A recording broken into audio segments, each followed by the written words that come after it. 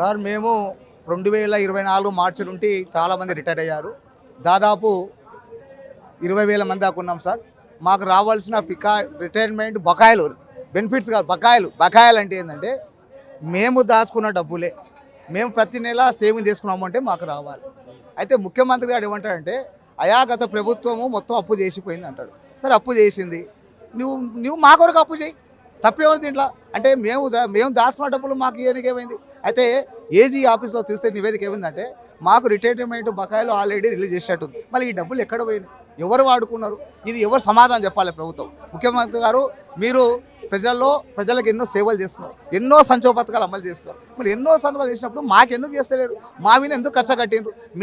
మేము ఏరి కోరి గత ప్రభుత్వాన్ని కాదని మీకంతా మూకుమ్మడిగా మీరు సపోర్ట్ చేసి మా ఓట్లు వేసి మిమ్మల్ని గెలుచుకుంటే మీరు మాకెందుకు ఈ విధంగా ఖర్చు కడుతున్నారు? అంటే మేము ఏం పాపం చేసినాం, అంటే ఏం చేసినాం మేము? అంటే మేము ఓట్లు వేయడమే తప్ప మేము ఎంతోమంది టీచర్లు ఎంతోమంది పిల్లలకు న్యాయమైన ఉద్దేశం. ఒక టీచర్ మాత్రమే కరెక్ట్ టైంకి కరెక్ట్ డ్యూటీ చేస్తారు సార్. కాబట్టి టీచర్లను ఈరోజు బాధపెట్టిన సభ ఎంతో వేల మంది 63 సంవత్సరాలు ఆ సంవత్సరాలు ఇది రోడ్డెక్కిన పరిస్థితి దేశ చరిత్రలో ఎక్కడ లేదు సార్. ఇది మా యొక్క డబ్బుల కొరకు మేము రోడ్డెక్కే పరిస్థితి తీసుకొచ్చిన గవర్నమెంట్ ఇది. ఈ గవర్నమెంట్ చెప్పాలంటేనే మాకు చాలా ఇబ్బంది అవుతుంది. అయితే నేను ఈ మధ్య ఇల్లు కట్టుకున్నా, రిటైర్డ్ పైసలు వస్తే ఆ అప్పులు తీర్చాలని. 2 పెళ్ళిళ్ళు ఉన్నారు నాకు, పెళ్లి పిల్లలకి ఒక నిరుద్యోగం ఉన్నాడు.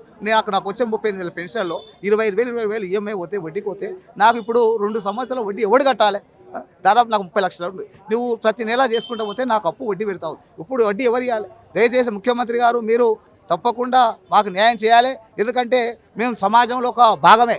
అయితే మేము రిటైర్ అయిన తర్వాత మీకు సామాన్య పౌరులమే, మాకు ఏమొస్తుంది? ఏం లేదు మాకు పెన్షన్ ద్వారా. అయితే సామాన్య మానవునికి రేషన్ కార్డు ఉంది, తర్వాత గృహజ్యోతి ఉంది, తర్వాత ఇంకో పెన్షన్ రకరకాలు ఉన్నాయి. మాకేముంది? ఒక పెన్షన్ రిటైర్డ్ ఎంప్లాయీకి ఏది లేదు. సామాన్య నిరుద్యోగి లేకనే మేము వాడిన ఒకటి ఏదో ఒక పెన్షన్ మాత్రమే వస్తుంది. ఆ పెన్షన్తో మేము ఎట్లా గడపాలి? మాకు వచ్చిన పరిస్థితి లేదు, వేరే అవి అనుకోలేదు కదా. ఒక నీతి నియమంగా పనిచేసే డిపార్ట్మెంట్ ఒక టీచర్ డిపార్ట్మెంట్. అటువంటి టీచర్ డిపార్ట్మెంట్ మీకు చేయడం తప్పు కదా.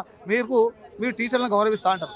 ఏవైతే పిల్లలు ఉద్యోగంలో మీ తల్లిదండ్రులకు పెట్టకపోతే కట్ చేస్తూ ఉంటాడు. మళ్ళీ మాకు ఎవరు కట్ చేయాలి? మాకు అమౌంట్ ఎవరు ఇవ్వాలి? ఇప్పుడు మాకు కాంగ్రెస్ అంటేనే ప్రజాపాలన సీఎం చెప్తున్నాడు కదా. ఏడ ఉంది సార్ ప్రజాపాలన? ఎవరికి ప్రజాపాలన అంటుంది సార్? ఏ ఒక్క పథకం అమలు అవుతా ఉందా? ఏ ఒక్క పథకం చేసిండా ప్రజాపాలన? ఇప్పుడు మా డబ్బులు మాకు ఇవ్వండి ఫస్ట్. మా డబ్బులు ఇస్తే అప్పుడు నీకు ప్రజాపాలన. ఇప్పుడు ఎన్నో వేల కోట్లు ఖర్చు పెడుతున్నావు, మూసికూర ఖర్చు పెడుతున్నావు, అందాలపోటీ ఖర్చు పెడుతున్నావు. ఈ మధ్యనే బాపుగాడ చెప్పి 5,000 కోట్లతో నిర్మించబోతూ ఉంటాడు. ఇవాళ అవసరమా సార్? ఎంతోమంది నిరుద్యోగులు ఉద్యోగాలు లేక రోడ్డైనా పడుతుండ్రు. మా డబ్బులు రాక మేము రోడ్డైనా పడుతున్నాం. మా పిల్లల పరిస్థితి ఎట్లా ఉంది? 2 పిల్లలు పెళ్లి చేసుకోవాలి. ప్రతి ఒక్క ఉద్యోగి బాధ అదే సార్. ఈ మానసిక ఆవేదన భరించలేక దాదాపు 70,000 మంది మరణించారు. ఇవి మా బాధతో వస్తున్న మాటలు సార్. ఇవి